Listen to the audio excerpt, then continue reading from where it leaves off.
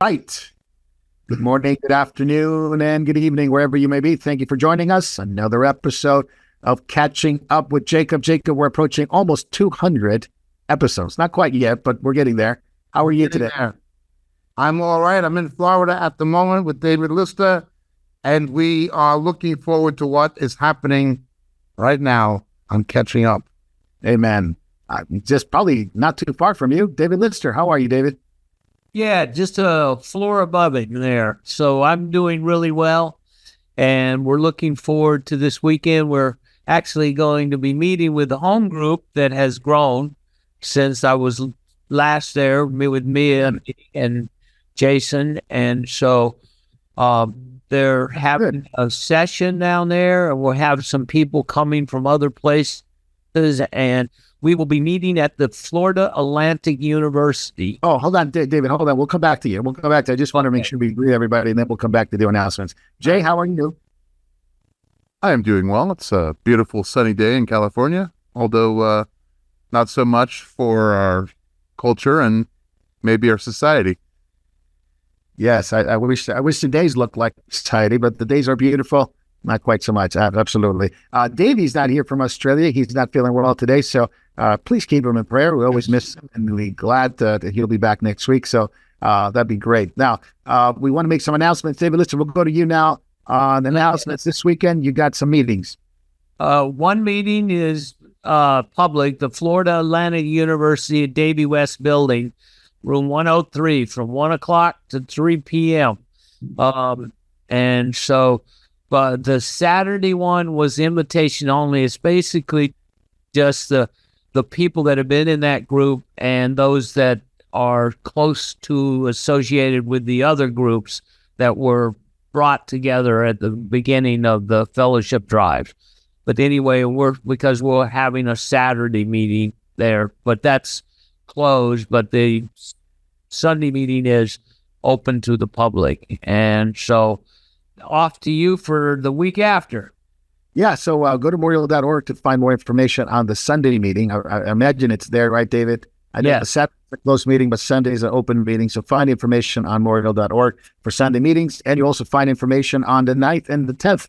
Jacob is going to be here in Southern California with Dave Rossetto from New York City, pastor there, Open Door Fellowship. So he is going to come along with Jacob and have meetings at the Community Church of Devore, where I pastor, with Jacob and David, and Jacob and Dave Rossetto. And on the 9th, it's a Saturday, 10 a.m. We're going to go a few sessions, so come join us. We're providing some lunch, so enjoy that. So we're going to have a good fellowship time. And on the 10th, Jacob speaking on Sunday morning, 10:30 service, and that's a normal service. On 10:30, and we're going to have a baptism. We're going to have a baptism after service, so join us. Obviously, if you're in the area, we'd love to have you. Join us there. You can find more information on memorial.org. Go to ccodtruth.org and find the information there, and we'd love to have you. It'd be great. First time Dave Rossetto is going to be speaking in CCOD, so we're looking forward to that. And what else do we have, Jay? We also have an announcement on the media side of things. We have an announcement.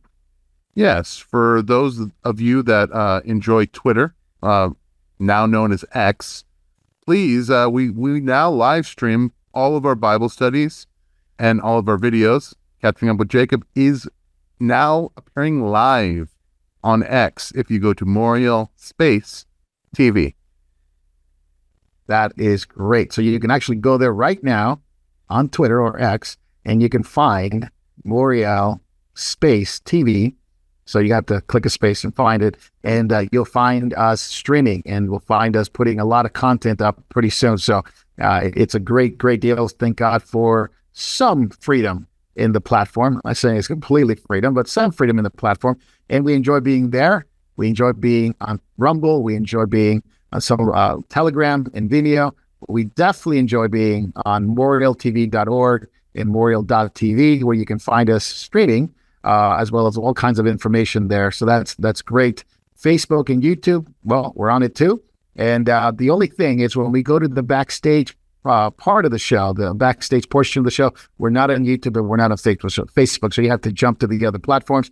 And if you want questions answered, so if you want to ask some questions, go to Rumble. We take questions on Rumble, so put them there. So lots of stuff, good stuff. There's also podcasts, so much to share. Find more information, Memorial.org, Memorial.tv has all the information that you need for podcasts. Great stuff, but we need to catch up. So Jacob, let's catch up. David, let's catch up. Jay, let's catch up.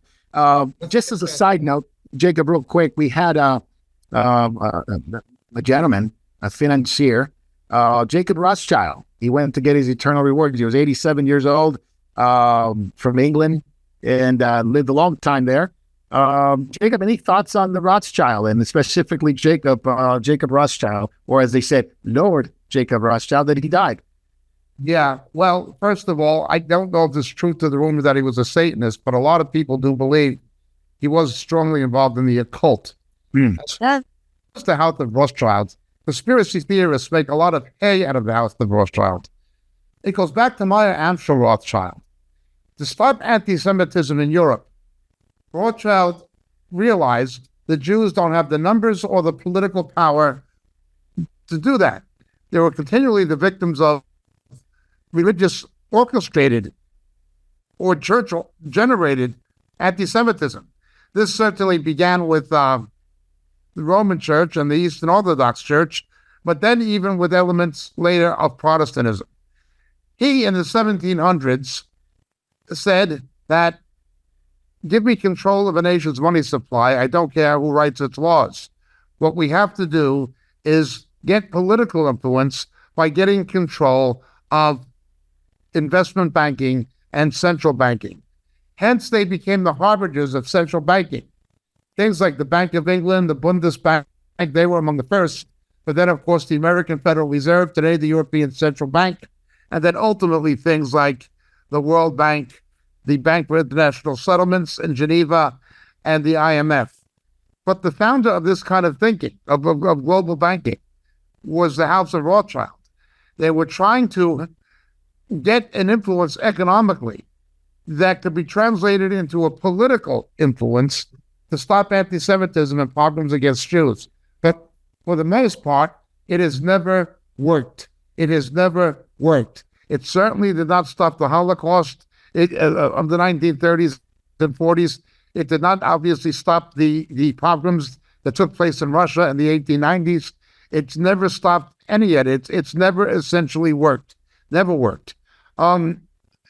What I do find interesting, though, where you have militant Islam, again, riding on the back of the Gaza war, blaming Israel for defending itself, and the rise of this radicalism in Britain, people showing Palestinian flags by laser projection onto Big Ben, things like this, outrageous things, and the British Parliament being divided over the issue. He dies that very week. He dies at the very time anti-Semitism is again showing its head in a level it hasn't since the Cable Street riots of the 1930s in England. This is the biggest rise of anti-Semitism seen in over 85 years.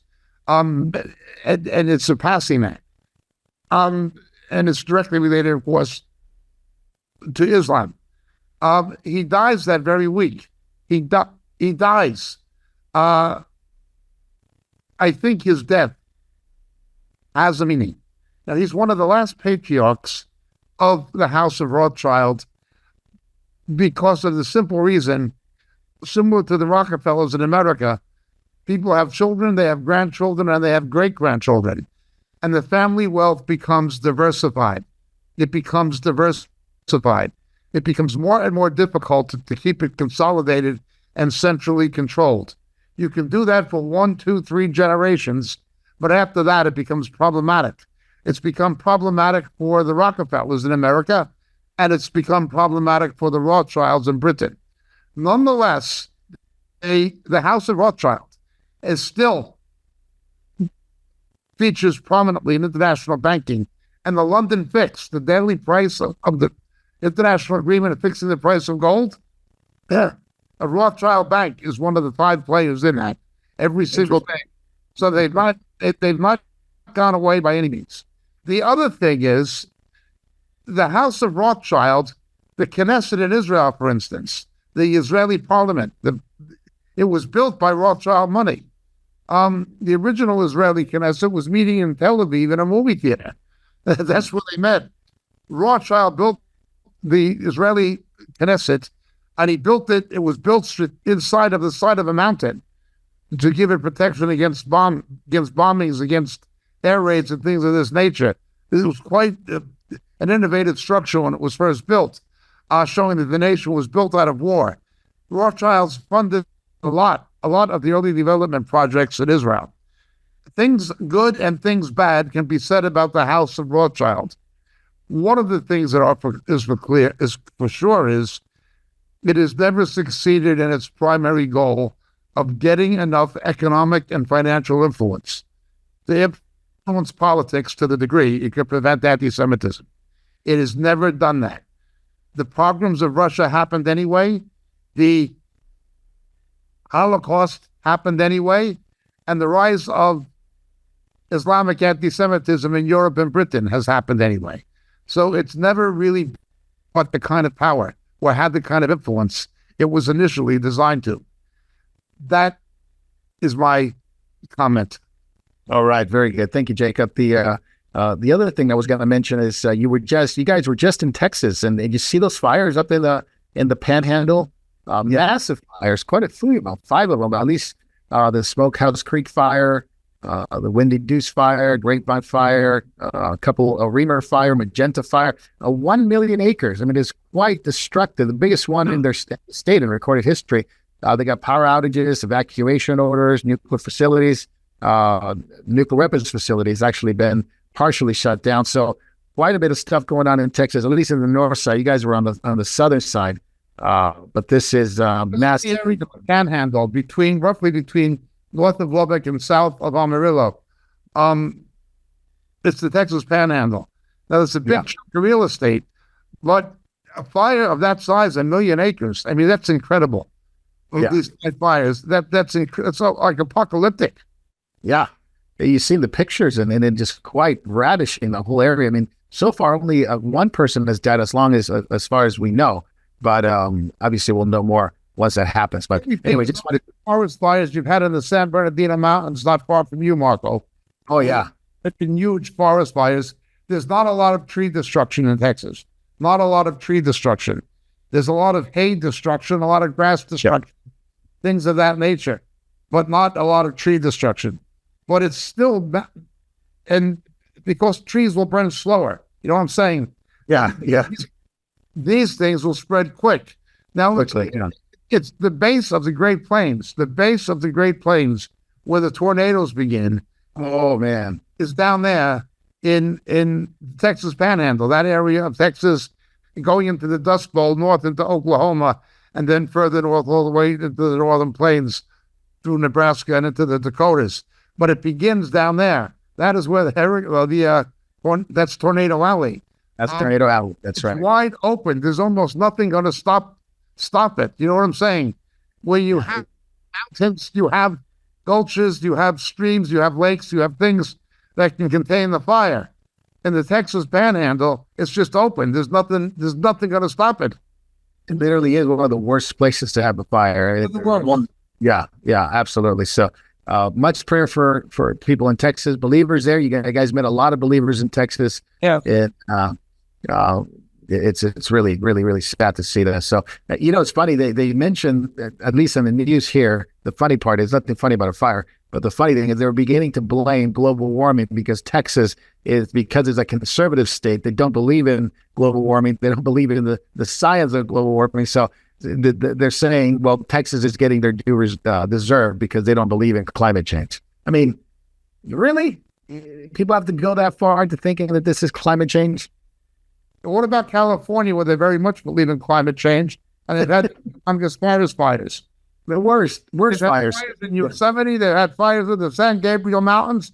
I was once in Los Angeles, where it was a cloud of smoke over the entire Los Angeles basin because of fires stretching down from San Diego all the way up through Orange County, around the Inland Empire, and into the San Gabriel Mountains. There was a ring of fire around Los Angeles. You could see the smoke in Hollywood, Beverly Hills.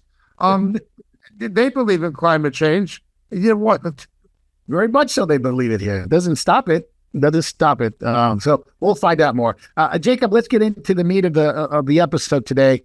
And that is Olaf Scholz reveals that not only are there French troops, but British troops in Ukraine right now helping the Ukrainian forces shoot missiles into Russian targets. So they're very angry with them because when they try to say, well, how dare does he reveal our secrets? The reality is that there was no denial that there's British and French operating in Ukraine.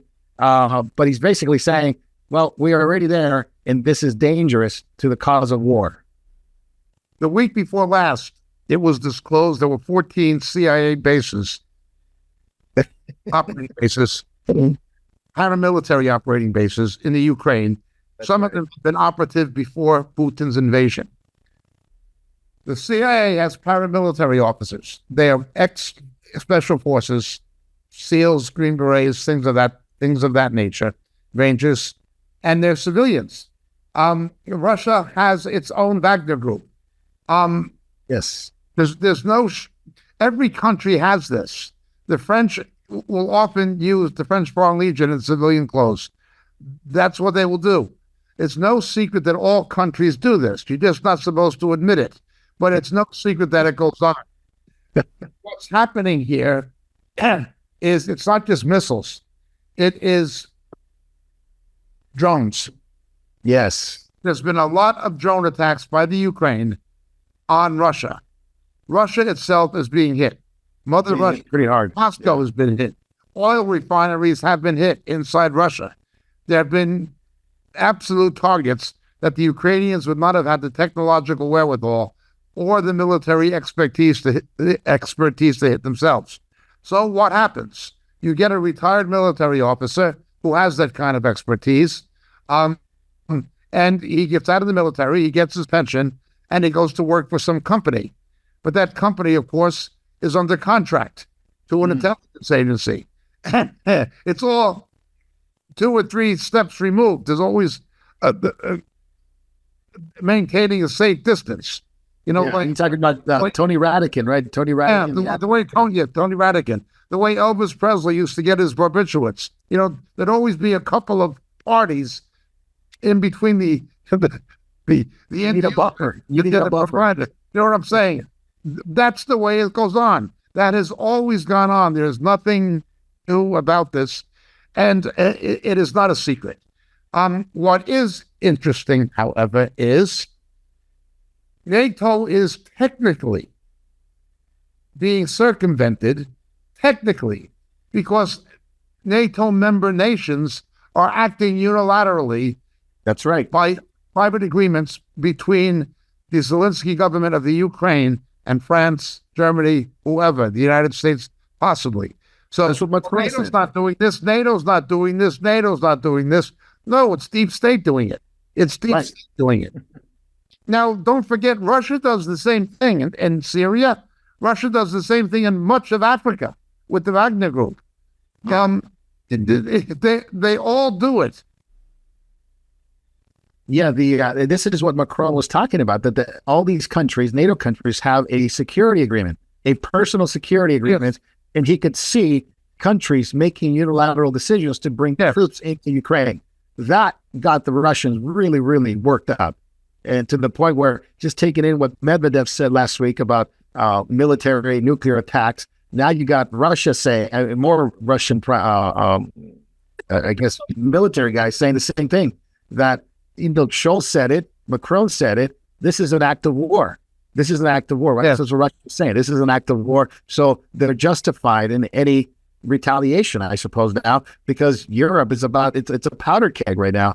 We'll go David real quick. David, listen, what do you think of all this? Is Scholz justified in saying this? Is he trying to warn? Is Macron trying to start a war? There's so many angles. Well, I can't find a man that's looking for peace anywhere. And that's what the Slovakian prime minister said. Nobody's talking peace. I mean, there was Trump, who said he was talking peace, but everyone else. So since, and it's true, and it's like the fulfillment of all their words and their actions could very well end in a war. I mean, we're already in one, but now one that would be much, much worse, that we blow up quickly and everything. But, well, for Christians, of course, we know that God is in control no matter what happens. And we can't have fear over this. So even though we're talking about this and things almost seem hopeless or like inevitable, because like you see, weapons are going, Germans supplying, England supplying, they're all supplying. Austria is now getting new weapons from Sweden for allowing them to come in, some new really good jets. So the world is gearing up for war. And that is the sad part about this. It's like everybody's talking war. You mentioned the missiles. I want to go to Jacob real quick. Jacob, the Taurus missiles, which is the German missiles, Yes. which some claim to be better than the French missiles, the Scout missiles, some in the British ones. I think they were, what do the British call the British Storm Shadows? Yes. So some believe there are already Taurus missiles in Ukraine being used against Russian targets. So this is what Russia's saying. It's already a war by albeit a proxy, albeit they have certain agreements. But do you think, I mean, as more of this is revealed, not that the intelligence agencies didn't know, but as more of this is revealed, it just inches us closer with nobody talking peace, that eventually this will set off a 1939, a 1941 effect, whatever year you want to pick, when the big war happened in Europe. Okay, well, let's understand something. The Cold War, when there was a Mexican standoff because of mutually assured destruction, mainly between the United States and NATO and Soviet Union and the Warsaw Pact, okay? Wars happened by proxy. Wars happened by proxy. Whether it was the Contras in Central America or whether it was the Mujahideen in Afghanistan, whether it was in Vietnam with the Viet Cong, these wars were proxy wars. They were proxy wars. We've returned to the era of proxy wars. You see this certainly in the Ukraine. Okay? The Ukraine is a proxy war of the NATO countries and the EU countries fighting Russia. It's a proxy war. What you have in the Middle East with the Houthis, with Hamas, and with Hezbollah is a proxy war. That's right. Israel, backed by the United States, is fighting Iran by proxy. And Russia and China are both essentially and functionally on the side of Iran, not because of ideology or religion, but because of self-serving interests. You have a proxy war. It's proxyism. It is a return to the Cold War. Now, something else has to be borne in mind. Right now, we think of the conflict between Israel and Hamas or Hezbollah as a Zionist versus Islamic confrontation, or a Western versus Islamic confrontation, arguably. We would see it that way. Let's go back to 1960s. In 1960s, the Six-Day War was not seen primarily that way on the global stage. The Six-Day War, and to a degree, the Yom Kippur War of 1973, was a proxy war. Nasser was in bed with the Soviets. The Soviets were backing Syria and Egypt, okay? The United States, and at that time, France, was backing Israel. And you had a proxy war.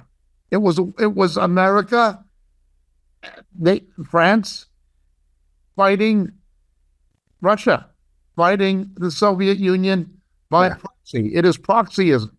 What we see is a return to proxyism, only on a much more aggressive scale, with a much more potentially dangerous series of ramifications that can spiral out of control.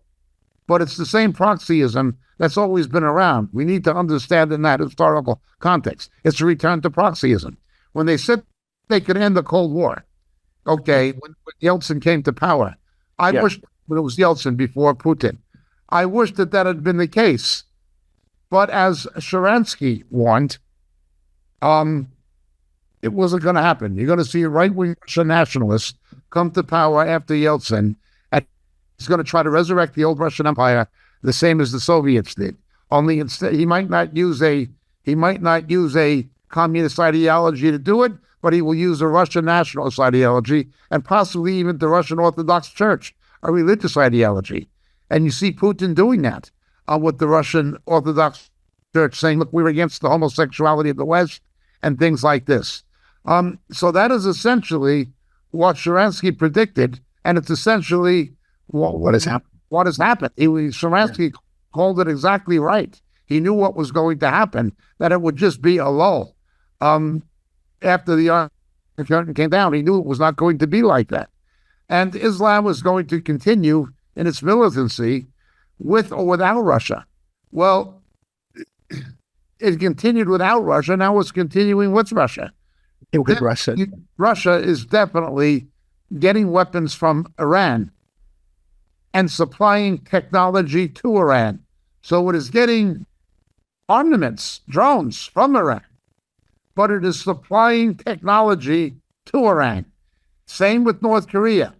Russia is now getting ordnance from North Korea, but it is supplying missile technology to North Korea. Again, more proxyism. Now, what is really happening now is something we have to understand. It's an election year. The American government and the Fed are in a situation that some would describe between the proverbial rock and hard place. If they raise interest rates, there's going to be recession. Right. If they lower interest rates, there's going to be inflation. Okay? The United States seems to be doing better than the European countries and better than Japan and certainly better than China, for this, and obviously better than Russia, for the simple reason of interventionism by government. About a third of the job creation that took place in the last quarter of 2023 was because of federal spending. It was quantitative easing. It was printing more money that kept the American economy out of recession. But you reach a point where public debt to GNP ratio, once it goes beyond 90%, you have a problem. You can't borrow or print your way out of the problem anymore. And under Biden, we've reached that. Really? So how is Biden going to keep prices down and stop the Fed and stop interest rates from going up? What's he going to do? He's going to stop the inflation without raising interest rates. Well, one, the only thing he can do is keep oil cheaper. Therefore, he's made approaches against Venezuela. Yeah. Despite their aggression towards Guyana, he's going to Venezuela. He has eased oil sanctions on Iran. Iran knows the vulnerability of the Biden administration politically and electorally. So therefore, they are becoming very, very aggressive through their proxies, through Hamas, through the Houthis, and through Hezbollah. Okay? They know Biden can't do anything. He's got to keep the price of oil low. Otherwise, inflation is going to go up, and there's going to be interest rates, and it's an election year, and he can't do it. They've got this senile old corruptocrat and his marionette, the master, his Obama. They've got them by the throat. They've got the United States by the throat. That is what is really happening. You cannot look at what is transpiring in the Ukraine independent of the overall scenario of what is happening in the Middle East and to a degree in Taiwan and the South China Sea. You cannot separate these things. They're working in concert with each other. I am positive that Putin, that Jinping, that the Iranians were on the same page prior to October 7th. Prior to October 7th.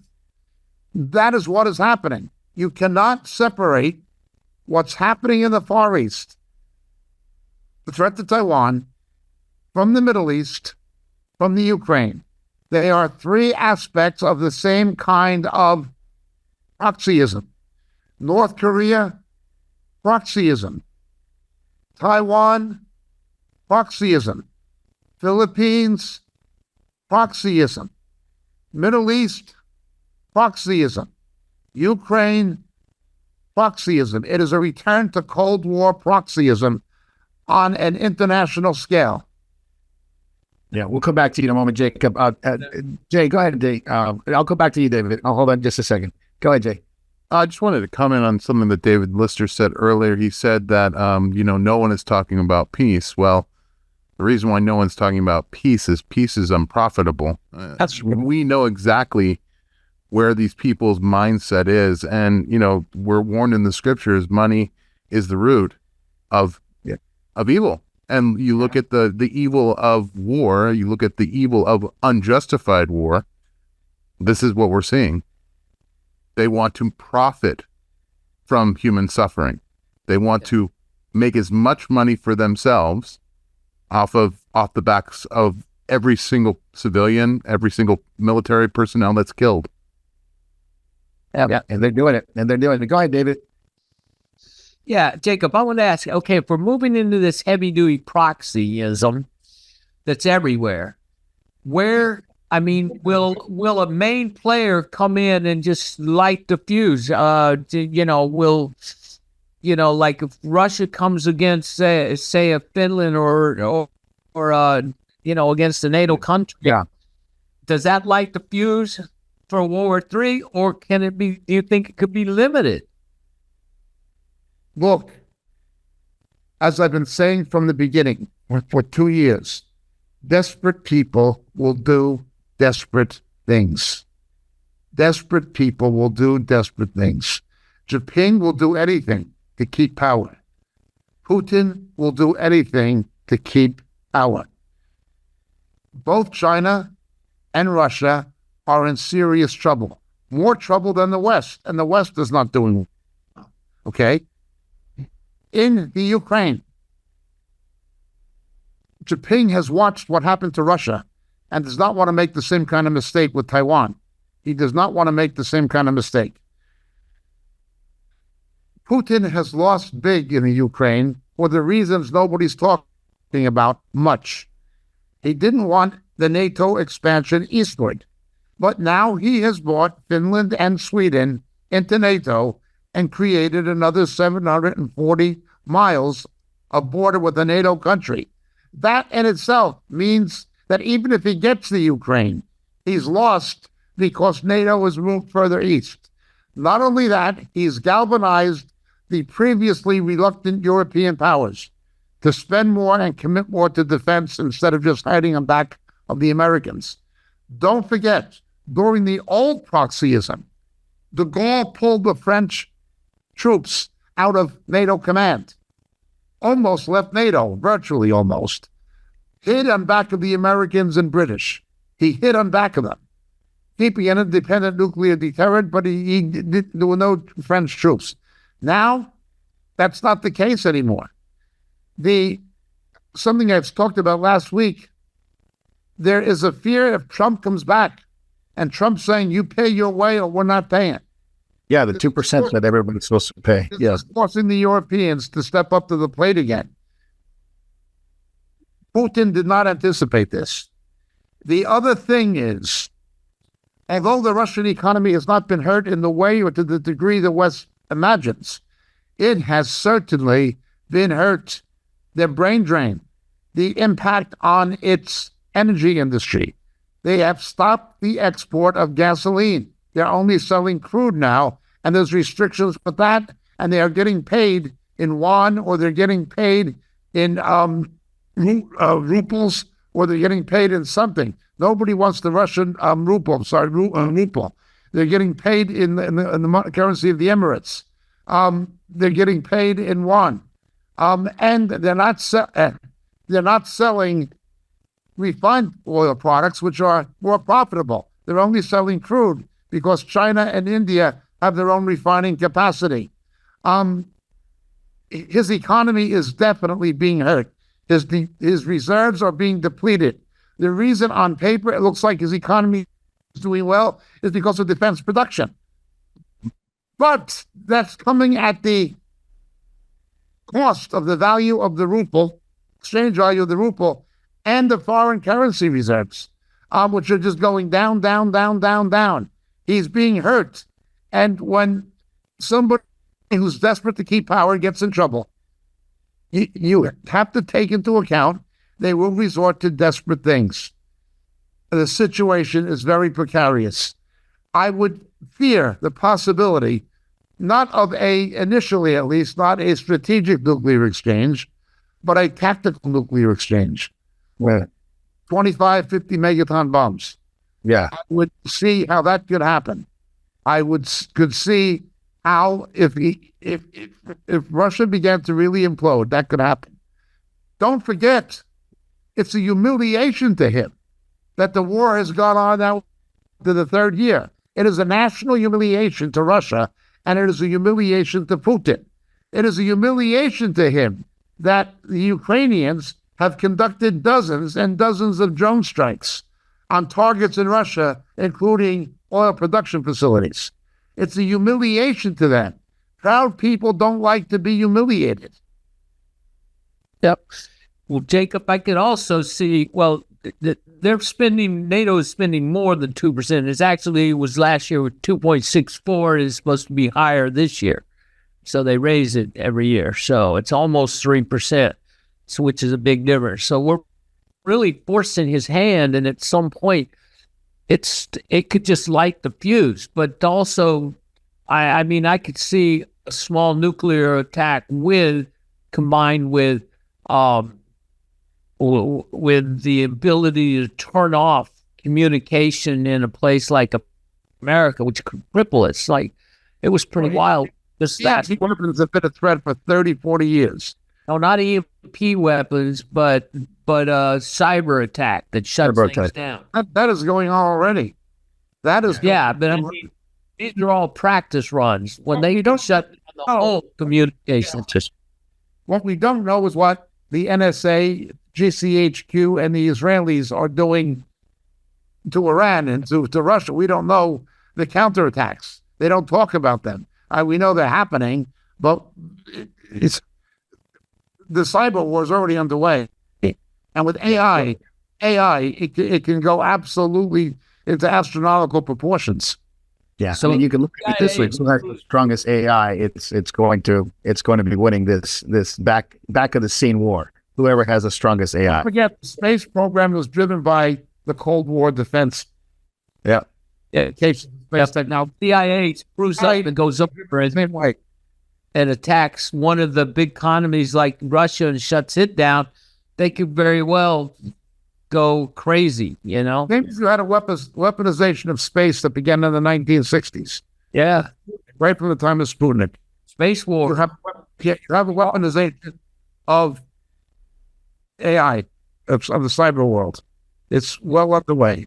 Yeah. Let me go back to this because you're talking about Russia and their military movement. Just a couple of highlight things. This is what they've done, and it's actually some leaked documents that makes it even more detrimental to what they could do. Is the fact that they moved already. They moved arms into Belarus. That's already a done deal. That's the military equipment that's already been there. They moved some more. Transnistria, which is that breakaway country in Moldova. They had their meeting in Congress. We talked about it last week. They're asking for help from Russia because there's about 250,000 Russians. I guess they're Moldovan-speaking Russians in Transnistria. And mainly Romanian. They speak mainly Romanian. Okay, they speak mainly. They speak Russian as well. I think some kind of maybe dialect close to Russian. Okay. Yeah, they're asking for help. NATO's warning Russia: if you annex this, it's on. If you annex Transnistria like they did to Luhansk and Donetsk, if you annex this is from the Deputy General Marsinia, Genoa. If you annex this is basically, we're going in, NATO says, because now you're right by Ukraine, you're right by Moldova. And so now you got leak files of Russian military's criteria for nuclear strikes. So this is kind of an interesting thing because of all the targets that they showed, it's Europe, it's Asia. They don't have the capabilities of hitting the U.S., which I have a question about Alaska, stuff like that. But anyway, that's a different story. A lot of strategic nuclear capabilities in the West, some in the East. Jacob, are they moving? I mean, they're going to move toward this? Two things. They have to make some kind of a maneuver through Belarus to do it because they have no common border with Russia and because they are landlocked. They have no port on the Black Sea. Right. So that would be the strategic problem for them to doing it. At this point, it may simply be posturing. And it's such a thin country, it wouldn't take much to move into it. It would be like when Russia and Cuba tried to take over Grenada. It didn't take much to push them out. You know what I mean? It was something of that nature, I would say. What does scare me is this. Arts, almost. Yeah. What does scare me is this, okay? Initially, it changed with Eisenhower. But initially, when the decision was made to use the atomic bombs on Hiroshima and Nagasaki, one of the arguments for their use was, look, the firebomb attacks that created weather systems in Dresden, in Hamburg, in Berlin, and in Osaka have been more destructive than the nuclear, than the atomic bombs were going to be. Low-grade atomic bombs would be less destructive than what's already happened. We don't realize that Russia has been hurt, but the Ukraine has been emaciated. They have paid a very high price of human life and destruction, a very high price. So the argument would be, well, what we've destroyed already, it won't be as bad as what we've destroyed already. That was part of the thinking of the Truman administration. And it was only Eisenhower's policies that anything nuclear was no good that really changed it. Nuclear weapons, atomic weapons were just seen as ordinary weapons. You only had another kind of ordinance. Well, with Russia, that has not changed. Russia, they see it as another kind of ordinance unless it goes to a strategic level. Yeah, my question, Jacob, for that is, I mean, I've shown that the nuclear capabilities, they have some in the East. Most strategists, military strategics say that they cannot hit the U.S. But what about Alaska? What about Canada? I mean, you just got to come over the other side, and those nuclear facilities in the East can certainly hit Alaska. Well, wait a minute. With submarines, they can hit the United States, and they right. I was just about to say, submarines will definitely hit the United States. They've always been able to hit the United States with submarines. Correct. But what I'm saying is the nuclear capabilities, though, the nuclear capabilities from Russia, not from a submarine, but from Russia. Yeah, but does Russian Navy nuclear submarines that can hit the United States? Oh yeah. They've been on the West Coast. They've only been. It's a renegade North Korea. It's going to be a problem. It'll be a renegade North Korea going for Japan and possibly the Aleutians. Wow. Here's my other question. What is really NATO's goal and with Russia? I mean, they really just the dismantling and destruction of Russia? Is that really what they're going after? Look, I know the criticisms against the support of the Ukraine for what they are. The Zelensky government, the Ukrainian government is corrupt. Many people don't want them in the EU. Anybody with any brains doesn't want them in NATO. They've been involved with Biden and the corruption and the scandals. Why are we fighting for this country? And so forth, and so forth, and so forth. We understand that. And we understand that the aid that's being given to the Ukraine, it's helping Raytheon and American defense contractors. That's where most of them, that's where 90% of the money is going. It's the military industrial complex. We know that. Same as Vietnam. War makes money, as James said. There is that, and there are those arguments. But let's not discount the fact that Vladimir Putin, as I've said before, is a child of the Cold War. He is driven mostly by a resentment that Russia or the Soviet Union lost it. That is what drives him. He knows he cannot rebuild the Warsaw Pact or the Soviet Union. He knows he cannot do that, or the CIS, even the Confederation of Independent States that replaced the Soviet Union. But he wants to try to revive what he can of the Russian Empire for nationalistic reasons. That includes Ukraine, and it includes Belarus. This is for sure. This is for sure. Now he's being very stupid because the Warsaw Pact is gone, the Soviet Union is gone, the CIS is gone, and don't forget, you've got ethnic nationalism within Russia, like they saw that in Chechnya. You've got a growing Islamic population in Russia. He's being very stupid. They've got a demographic decline. They've got a growth of Muslims in their national demography. He's in a bad situation himself, but he is driven, fixated on having lost the Cold War.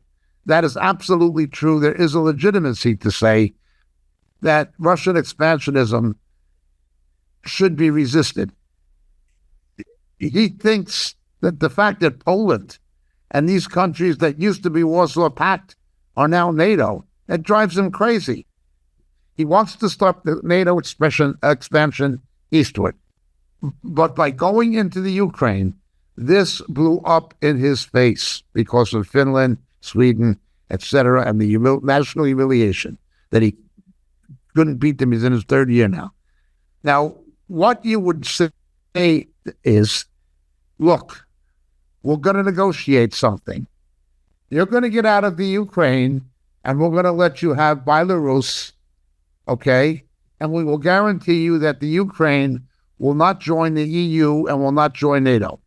We're saying that the Ukraine will not be in the EU, not be in NATO, and you can have Belarus if you want it, and if they want it, you can have that. You will get out of the Ukraine, and then we will end this thing. That could be some platform for negotiation. You know what I'm saying? That could be I just wonder if that's NATO's plan.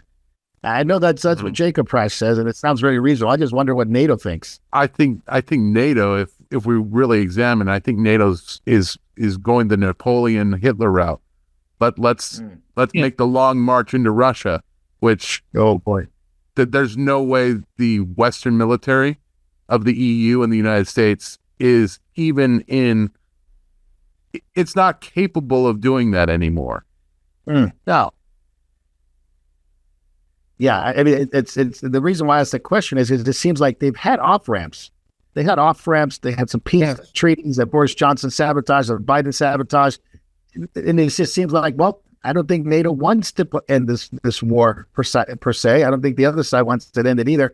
But at least there were some off-ramps. Now there's none. And I'm wondering, NATO could obliterate them, but what do they want? Well, do they want to destroy Russia? One major factor that we need to take into account is that if you damage Russia significantly enough,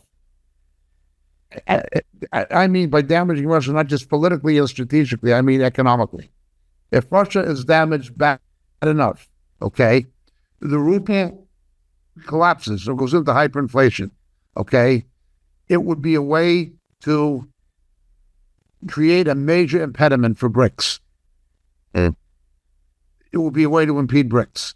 If Russia because Russia has oil, it would be a way to put an impediment before BRICS by bringing Russia down internally, economically, and politically. It would be a way to stop BRICS, destroy the Russian oil industry, destroy Russian capacity to sell petroleum products, particularly refined ones, but even crude. If you did that, and Russia needs all the crude it has to fund the war, and now you're hitting that, it could in part be an effort to stop BRICS and to stop Russia from becoming a alternative to the petrodollar. Yeah. Oh, I mean, it's all of it just sounds really bad. Honest, I don't think there was any. Yeah, it just sounds destructive, and we're living in some, really, really what Jesus said. What's happening is the wars. Traditionally, economics drove the politics of war. Okay, as you read Clausewitz, you read things like this, military historians. War is the extension of diplomacy. Diplomacy, the politics, it's about money. You read Machiavelli, The Prince. You read Sun Tzu, The Art of War. You read Clausewitz. Okay. You read these people, you realize it's money, it's politics, it's war. Yeah.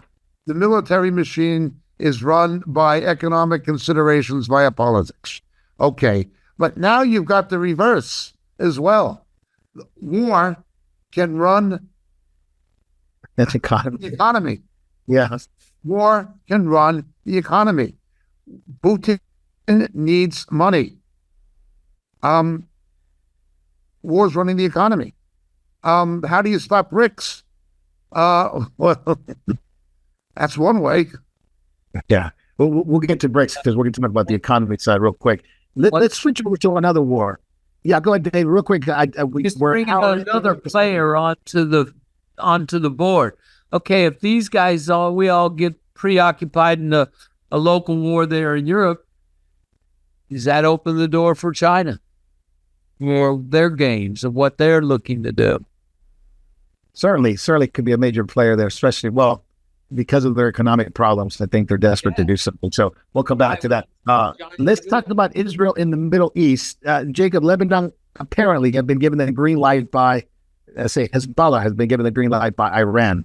And attacks on Israel already happened to a certain extent on a minor level. But don't forget the fact that Israel is expecting this war with Hezbollah. They have troops up there already, and it seems like the IDF is getting ready. According to reports, Rafah, if they go into Rafah, which is southern Lebanon, it will escalate this war very, very quickly. You're already seeing Hezbollah actually in full-scale preparation, and even the attacks in Damascus over this past week, which killed about 16 members of Iranian IRGC. This has already been happening. So, Jacob, do you see this scaling? I mean, you're still dealing with Gaza. Now you got... Again, all of these things have to be considered in light of the American elections. Biden has already been losing the Muslim vote in Indonesia in the primaries, and the primary vote in Indonesia, in Michigan. It's already happened. And he's losing Jewish votes. The Democratic Party is in that sense in trouble. Or at least certainly Biden is in trouble. Israel knows that the Biden or the Joe Obama administration, that Obama and Biden can only go so far in pressuring Israel in an election year. Only so far. Angrily and grudgingly, this week, the American government, the Biden administration, vetoed a UN resolution against this. Okay, they have to do it. It's an election year. They have no real choice. They have to do it. Okay, that's the reality. Okay, Israel knows this. Israel wants to get Iran. You can't get Iran. America won't go for it. So, what do? You have to get their proxies. The most dangerous proxy is Hezbollah. Hezbollah is more dangerous than Iran because they're better armed. Secondly, they have a lot more rockets. And secondly, they are Shia. They have a religious ideology as opposed to Hamas, which are Sunni. Okay? Iranian support for Hamas is just based on a hatred of Israel. But Hezbollah and Nasrallah, who runs Hezbollah on behalf of Iran, they are Sunnis, as are the Alawites in Syria, or a branch of Sunni Islam. So the biggest threat is to the north. Israel is looking at this and saying, this is our chance now, since Nasrallah at the behest of Iran, is firing rockets, and we've had to evacuate tens of thousands of people from Metula, Kiryat Shmona, that area, northern Galilee. It's our chance now to go in and get Hezbollah. The American administration won't be able to do anything. We'll plead self-defense. They can't go against us. They're whinging about building new settlements. Netanyahu sees a weakness. I am going to build new settlements, expand the Jewish presence on the West Bank. It's an election year. Biden can't do anything about it except whinge and complain. Blinken won't be able to do anything about it. The same as Iran is banking on the impotency of the American administration. Netanyahu is doing the same thing. He's playing them. He's playing them. Now, there is one other factor. Again, there's always a hidden factor. 2 years ago, the Israelis and Lebanese made a deal about an offshore oil field that is shared territorially between Lebanon and Israel. But it was not a direct agreement between Israel and the Lebanon. They wouldn't talk to each other. It was with the United States. The United States made a deal concerning this oil field with Israel, and then the United States made a deal concerning the same oil field with Lebanon. The Lebanese economy is shot to hell. It is almost a failed state. It is in the economic doldrums. It is absolutely broke. It is a total mess. It is a half step away from hunger. Okay? Without those revenues, Lebanon won't survive economically. It'll just be, that's it. It'll be devastated by war to the point of hunger. The Lebanese government knows that. They don't want a war with Israel. The Lebanese government does not want a war with Israel. And although they do not want to have to sacrifice Hezbollah, if forced to do so, what choice would they have? Because their economy is in such bad shape. Also, a lot of Lebanese people, since the murder of Hariri, Druzes and Lebanese Christians don't like the Assad regime in Syria, which is backed by Iran. That is another factor. So the Lebanese government does not want this war. Its economy is in such serious trouble, and it has its own resentments towards Syria, which is backed by Iran. We're only talking about Hezbollah, Iran, and Israel. Now is your chance. Netanyahu thinks, now I can go after these guys as well, as long as I move quickly, and Biden won't be able to do anything about it as long as I can legitimately justify it because of aggression from Iran. Yeah. Yeah. Nasrallah has an emergency meeting. Actually, it'll be tonight. Yes. We're speaking here in the afternoon with Ismaili Khani, which is the head of the Quds force, the commander of the Quds force. So something's happening. They already hit the city of Zafad. That's how you pronounce it, Zafad, the northern Israeli city of Zafad. Yeah. So has been hunting spots. Did you? Oh man. They hit the Ziv Medical Center. That's what they got hit. And so that's not really, now I think the city of Zafad, it's a really interesting city. They have some like Kabbalistic, mystical Judaism came from there. It's where Kabbalistic Judaism was essentially born. Wow. Well, it had influences from Babylon and from Spain and things like that. That's where it came together. It's also where the Shulchan Aruch was compiled by Rabbi Joseph Caro. It's a very important city in the history of Talmudic Judaism and of mysticism. Okay, that's interesting. Hezbollah Rock is just hidden a few days ago, but it it's also the artist quarter of Galilee. Oh, it's known for things like microcalligraphy, like say Jacob meeting Rachel at the well, right? It'll take the text of Genesis and little letters and make a picture of a woman at the well, and the guy said it's microcalligraphy. That's where it comes from. It's That's not and it's a very pretty area. It's a beautiful area, but Wow. but a very vulnerable area. Yeah. How far is it from the Lebanese border, Jacob? Not far, about 30. At the closest point, about 38 miles. Okay. Yeah. So, it definitely get hit by a rocket. Jacob, what do you think about Yoav Gallant and what he said about the drafting ultra-Orthodox Jews to the IDF? He said this on Wednesday. People went absolutely nuts about this. This battle has been going on since Ben Gurion. The ultra-Orthodox are parasites and cowards in the eyes of secular Israelis. They want welfare. So they don't have to work. They want the yeshivas to be subsidized by Israelis who do work, and they don't want to go to the army. They want other Jews more noble than themselves to defend them. Not only that, in their arrogance, in their self-righteous arrogance, they look down upon secular Jews the way Jews looked upon non-Jews in the diaspora. You know what I'm saying? Yeah. The way that Fiddler on the Roof stuff, the goys and us. Well, in Israel, secular Jews become the goys. Oh, The hatred. Not only that, among the Hasidic sects, they hate each other.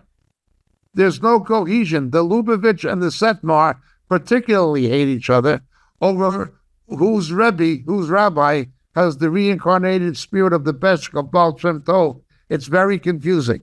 But these people have chronically refused to serve in the military. Their women don't go to the military. And the yeshiva boys are exempt from the military. They all go to yeshiva, and they expect to get paid for it. jeez. What an easy living there. They're seen as a parasite class of cowards by secular Israelis. Yeah. Now, unfortunately, they have a high birth rate. The nation is demographically reliant upon them. They have to keep having babies in case one of them is the Messiah. So it is a mitzvah in their religion to have a baby every year. And the Jewish population against the Arab population, against the Muslim population at least, depends on them and their birth rate. So they're getting more and more political power demographically. Israel has one of the highest abortion rates in the world. Yes. Israel has killed more Jewish children than Adolf Hitler with abortion. It's Terrible. Ultra-Orthodox who don't abort. They won't do it.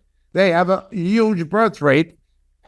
And not only that, they vote in blocks. However the Rebbe tells them to vote. If That's how they're going to do it. tells them to vote this way. If the new Trichot tells them they vote this way. If the Visionist rabbi tells the this Visionist sect to vote, they all vote how they're told to vote.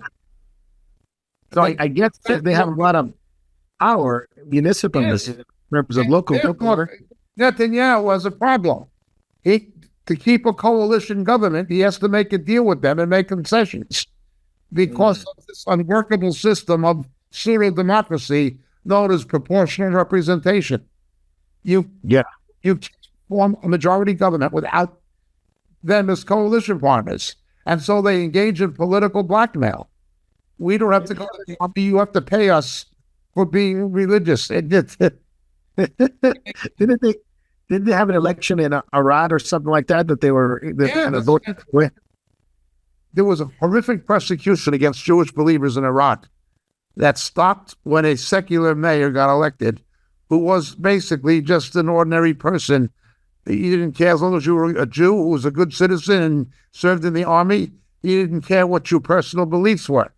But now there's been an election, and because the Gur Hasidim and the Gur Hasidim are weird. I know some of them. I've been on friendly terms with some of them, but they're weird. And if the rabbi tells them to vote a certain way, they're all going to vote that way. This was an election where there was too many candidates from too many parties, and there was a lot of apathy. People were just so fed up because of the war and so forth, they didn't vote, but the Hasidim all voted. And how they were told, and they got control of Iran now. And the last time that happened, it did not go well for the believers. Yeah, I was going to say the persecution of believers. We need some believers that we know in that area. They were persecuting the children of believers in schools. Wow. Going after little kids. Man. The Hasidic Jews are fully capable of doing to Jewish believers what anti-Semites did to Jews. You see the hatred of the Palestinian activists have for Jews in New York and London? Yeah. No, the Hasidim will do that to Jews who believe Jesus is the Messiah. They will do the same thing. Wow.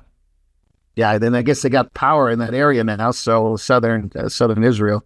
And Yeah, their birth rate. yeah, big problem because Netanyahu has to come make a coalition with them, and he has to Look at the long- otherwise. They all say, we want Messiah now. We want Mashiach now. You can see how they're going to, you can see how the Antichrist is going to deceive Israel. They're going to think it's some kind of a messianic redeemer. Yeah. Yeah. What's interesting about Gallant, this is the first time he's ever called for that. He's always recluse himself. He's never said anything. Now I think he said it, got everybody riled up, and I think we're going to see some of that movement going up there. Had, because of October 7th, for the first time, there has been a number of ultra-Orthodox Jews. I'm not saying from the extreme Hasidic sects, but ultra-Orthodox Jews who have volunteered for the army. That's the first time it happened. It's the first time you had religious Jews, moderately religious Jews. They're in something called Hesder Yeshiva. They've always been religious Jewish soldiers, but the ultra-Orthodox was something else. Yeah, that's interesting. David, I know we lost the camera right here, so you're on audio. What do you think of that guy? I know Jacob's talking about those who protest against Israel, that airman, I think he's still active duty, who basically burned himself, self-burning right in front of the embassy because of the genocide in Gaza. I know you saw some of that. We were commenting on the video of him being, absolutely insane how the police went to him as he's burning and told him to put, go down, and pulling the gun on him. That guy's already done. He's dying right in front of them. But anyway, David Lister, what do you think? Well, I read about him. He seemed like he was like a real nice guy. Probably not the guy you really want to lead you into war. It's like he was a nice guy. He just got along with people. Everybody thought he was kind and all these sort of things. And for some reason he snapped and then did this self-immolation. Yeah, immolation. Yeah. And burned himself up. And I got to see the censored version where you could see the flames and everything. And he yelled, "Free Palestine," and it was terrible. The police unbelievably terrible. Nuts. They had this one guy there saying, quit moving. Oh man. With the gun pointing at him, Yeah, that's what I saw too. Yeah, it was just crazy. And then on top of that, people were saying, I need fire extinguishers. But unfortunately, he died. And, I'm sure his family is mourning, but because everyone said he was a nice guy, but something snapped in him over the Gaza. politics, Yeah. It's don't, look, I can't get there, but, I think we're going to see more and more people with unsound minds doing crazy things. While this person did it to himself, we see that Islam has the ability to detonate bombs even themselves. Yeah. So, no, absolutely. Yeah, this is what he said on the video. You can hear what he's saying. He says, "I'm about to engage in an extreme act of protest." He's calmly walking down the street. He's filming himself, and I will no longer be part of this genocide. Free Palestine. And he just sets himself on fire. Aaron Bushnell, 25 years old, young man. But, something must have gone wrong. Like he said, David, he snapped or something. But, he says he's doing it for a just cause because of the genocide, what's going on in Israel. I saw this sort of thing in Vietnam. There was this point where these priests, these Buddhist priests, were burning themselves over the war, and it is an incredible act to be able to pour gasoline all over yourselves and light yourself on fire. But he seems confused. He doesn't know what Hamas really is which is one of the problems, is the propaganda arm that they run.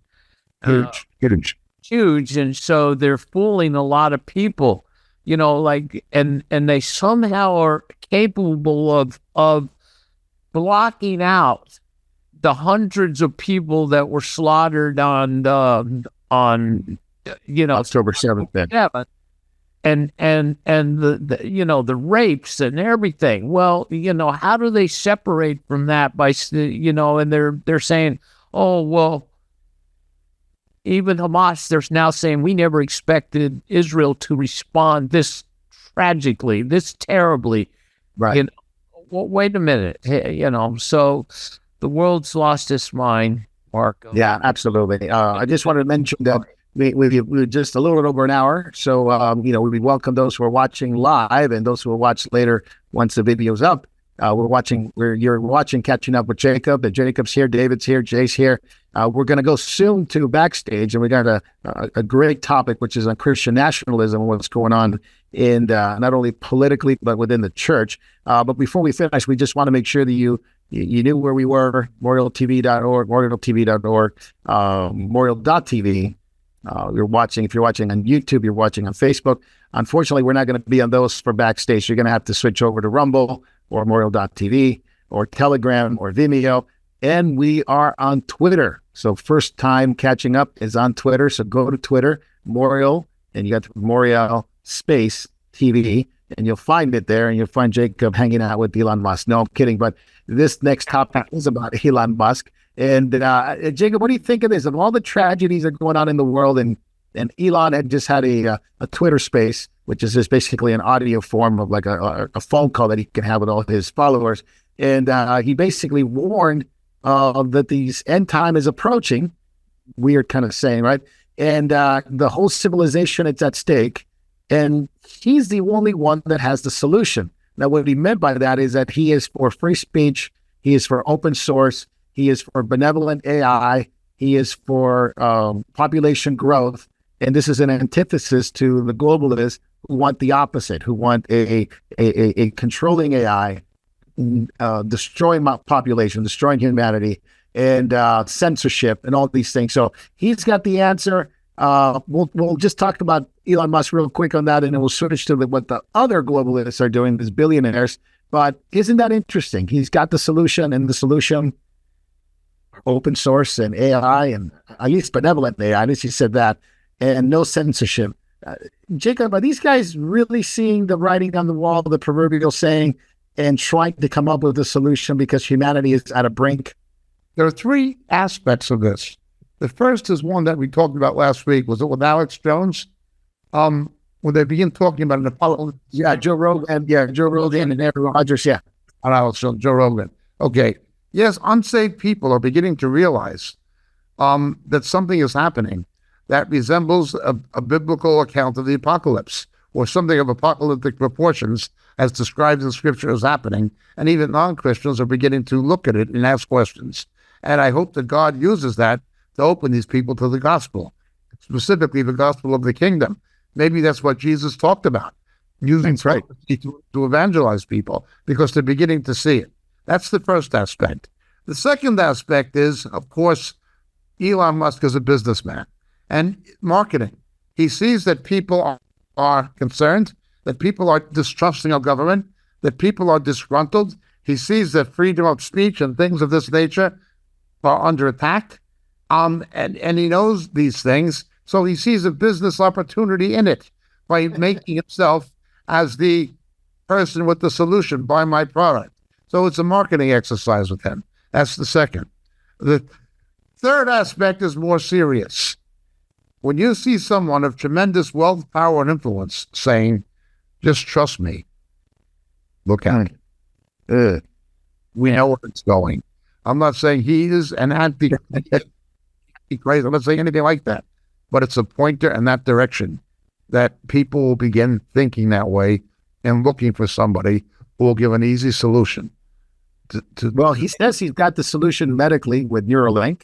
He's got the solution for communication with Twitter, X, and satellites, and that he can, help wars and end wars. And he's got the satellites, he's got the internet, he's got Starlink, obviously, he's got the car industry. If you want to transport yourself, he even what did he say? His truck, his cyber truck, is Armageddon ready. It's Armageddon ready. So you're right. Yes, go ahead, Marco. This is a great opportunity for Christians to witness. That's right. Because people are seeing there's something different. Something's not like. I like the title Jacob's forthcoming film. It's going to be called Why Is This Time Different? Well, we know why this time is different, and Christians should take opportunities to prepare themselves to give the gospel of the kingdom to people and to tell them what's coming and why they need to be ready to meet Jesus. Yes. Great point. Now, to that extent, David, let me tell you something that the billionaires are doing, like Musk, but in a different sense. You got guys like Mark Zuckerberg, Sam Altman, the guy from Idaho, I'll come up with his name in a minute, who are billionaires, and not just them, but just like the guy from Amazon, billionaires who are doomsday prepping now. Yeah. Basically, doomsday prepping now, who are buying up New Zealand, Hawaii, and literally stashing guns, gold, medicine, whatever you can think of. And there's building these sort of underground cities, smaller cities, I would suppose, and buying up Hawaii and believing that there are some event that's coming into the world. They all talk about Armageddon. Watch out for lava tubes. What's that? Watch out for lava tubes if you're going to build an underground city in Hawaii. In Hawaii, yeah. And, so the founder of the OpenAI with Sam Altman, he bought a little island just south of where Zuckerberg is. And then you got Peter Thiel, who, I guess so told Altman that if you get into any trouble, he'll fly him over to New Zealand in his underground bunker there near the mountains. Frank Vandersloot, that's the guy from The Richest Man in Idaho. And he's a social media boss, I guess. And he's got a $51 million bunker that he built. So, Jacob, these billionaires know something is coming. I mean, they're warning about a synthetic virus and destruction. First person to do this in Hawaii was Ellison, yeah. Larry Ellison. Portugal. He was the first one. Now Zuckerberg has done it. I always say, watch the money. I knew China was heading for trouble when I saw Chinese billionaires trying to get their money out, right, and heading to the United States and to London. Always watch the money. The people with the serious money tend to have a better grip on what is coming than other people. They know what is happening. They think in terms of market trends, obviously, but they have to be aware of the strategic and political scenarios that could play out in order to protect their own investment, their own economic interests. Watch the money. When you see billionaires, and a lot of them, making moves in this direction, there's a reason. Don't write it off. Now, I'm not saying that they're going to be proved right. God will make a fool out of everybody ultimately. We're told in the Epistle of James that the gold itself will become worthless. Still watch them. Yeah, some Altman's got guns, gold, potassium iodide, antibiotics. This is all, what he's describing this. Water, gas masks. But he says that the good ones from the Israeli Defense Force. And he's got a big patch of land and big search. So these guys are talking biblically stuff like Armageddon, end of times, end of the world type stuff. But obviously, Jacob's going to be a big surprise for them. They're going to be the men in Revelation 6. A huge surprise. Yeah, Revelation 6 talks about those who hide, and then they try to say to the mountains, hide us, fall on us. From the wrath of the Lamb, for his day has come. The wrath of the Lamb has come. So, interesting. David, what do you think of these billionaires going out and getting doomsday prepping? I mean, it's not even doomsday prepping. It's more like they know something's coming prophetically. They have to fulfill prophecy, I would imagine, that these men are going to be the ones calling to the rocks. But our people, like you said, the gospel needs to be preached. People see something coming, and they might not be able to describe it the way maybe a believer, like you guys will be able to describe them, like myself, but they know something's up, and I think it's a good opportunity. What do you think, David? Well, they should have read the Bible. They would have read like what Jacob just said. They're going to be calling for these rocks to fall on them and just destroy them. But the thing is that they may well be believing what Harari and the guys at the EFW are saying, that they're going to flush the world, flush the 4 or 5 billion people that are eaters and are useless to the new economy.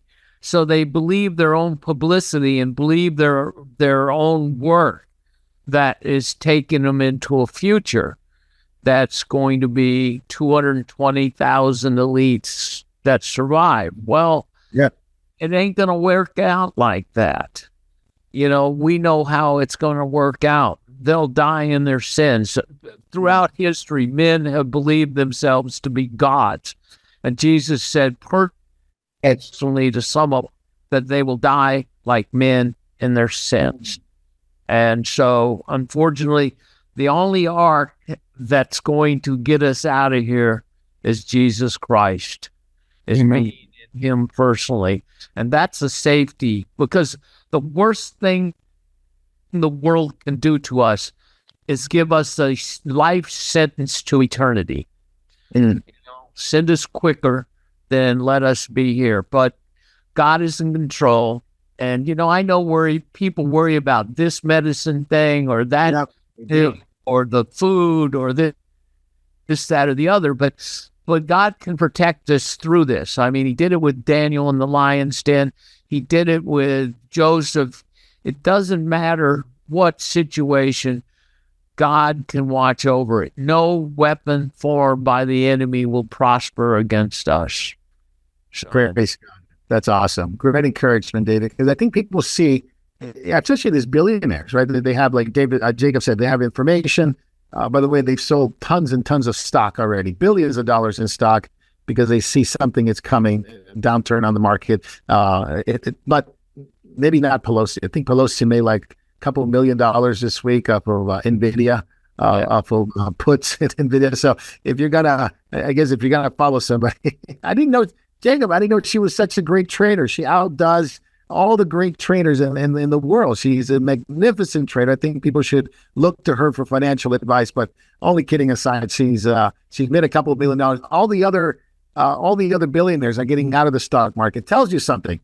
Brains may well be her husband, first of all. What's that? The brains may actually be her husband. Or the laws that they pass. Accused multiple times of using inside privileged political information that she has as former Speaker of the House to her own investment advantage. A form of insider trading, some people have alleged.